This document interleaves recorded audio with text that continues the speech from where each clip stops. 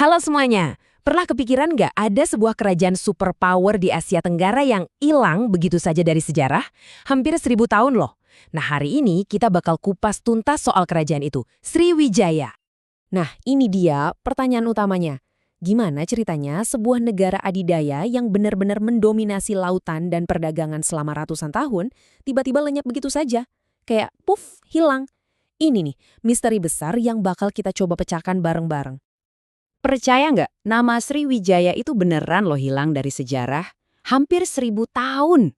Sampai akhirnya di tahun 1920-an, ada sejarawan Perancis namanya Georges Coedes yang berhasil nyatuin kepingan-kepingan puzzle ini. Dia ini kayak detektif sejarah gitu yang akhirnya ngasih tahu dunia.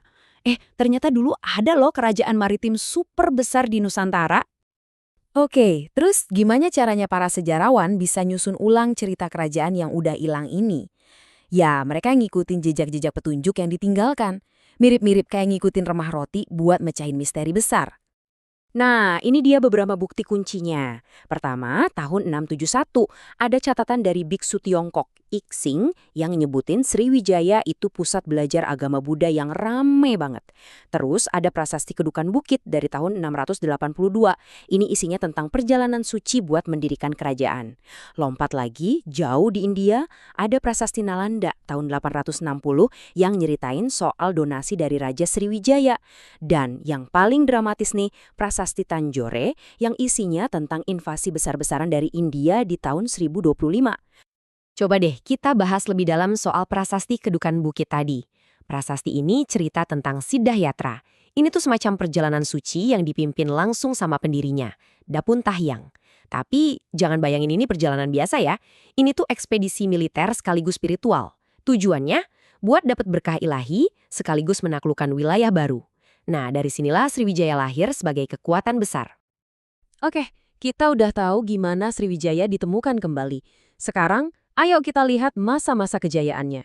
Sriwijaya ini pada masanya adalah raksasa ekonomi loh. Bener-bener penguasa lautan yang gak ada tandingannya. Gimana cara mereka jadi kaya raya? Gini, lihat mesin ekonominya. Sriwijaya itu nguasain 2 jalur air paling penting di dunia waktu itu, Selat Malaka dan Selat Sunda. Biar gampang bayangin ya, itu tuh kayak ngontrol terusan Suez sama terusan Panama di zaman sekarang. Sekaligus. Setiap kapal yang lewat wajib bayar pajak. Belum lagi ekspor barang-barang mewah kayak kapur barus, cengkeh, sampai emas. Pantes aja mereka jadi pusat dagang paling kaya dan paling penting se-Asia Tenggara. Tapi Sriwijaya itu bukan cuma soal duit loh. Kekuatan mereka nggak cuma dari harta. Mereka juga jadi pusat kebudayaan dan pusat ilmu pengetahuan kelas dunia pada zamannya. Coba bayangin ya, di puncak kejayaannya ada lebih dari 1000 biksu dan sarjana Buddha yang belajar di Sriwijaya. 1000 orang. Ini tuh udah kayak kota universitas internasional yang super sibuk di Sumatera di abad ke-7. Keren banget kan? Dan kutipan dari Ixing tadi itu benar-benar nunjukin kualitasnya. Intinya dia bilang gini, Sriwijaya itu tempat training center yang penting banget. Jadi, sebelum para biksu ini lanjut belajar ke universitas Buddha terbaik di dunia waktu itu, yaitu Nalanda di India, mereka disaranin buat matrikulasi dulu di Sriwijaya selama 1 atau 2 tahun. Ini bukti kalau kualitas pendidikan di Sriwijaya itu nggak main-main. Dan jangkauan internasional Sriwijaya itu makin kelihatan jelas. Cek nih. Di tahun 860, rajanya Balaputra Dewa bukan cuma ngirim pelajar ke Nalanda, dia sampai mendanai pembangunan biara di sana khusus buat para sarjana dari kerajaannya. Ini kan diplomasi budaya level dewa banget. Tapi namanya juga sejarah, zaman keemasan yang luar biasa ini kok bisa-bisanya berakhir begitu dramatis, begitu tiba-tiba? Jawabannya ada di sebuah pengkhianatan. Gini ceritanya, hubungan Sriwijaya sama dinasti Chola dari India Selatan itu rumit. Bisa dibilang frenemy.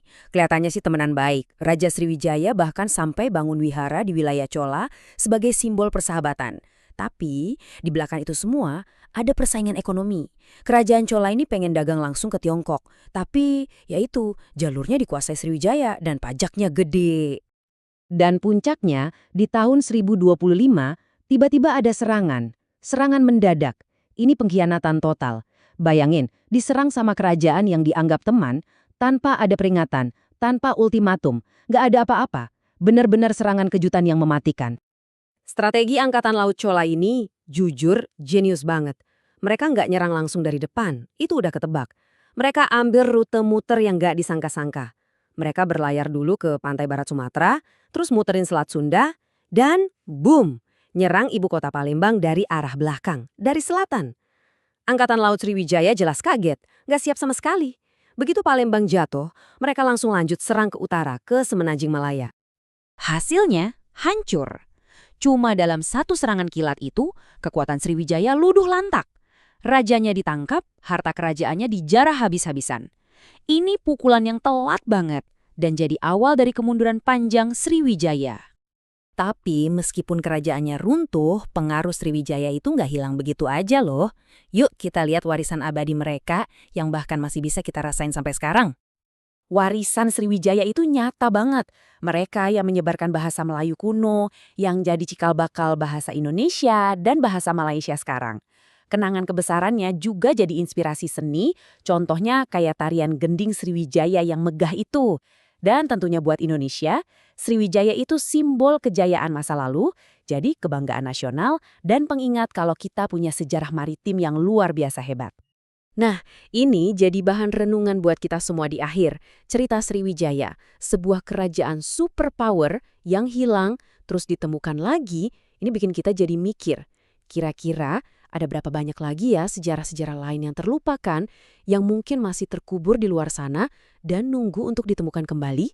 Coba deh pikirin. Terima kasih sudah menyimak.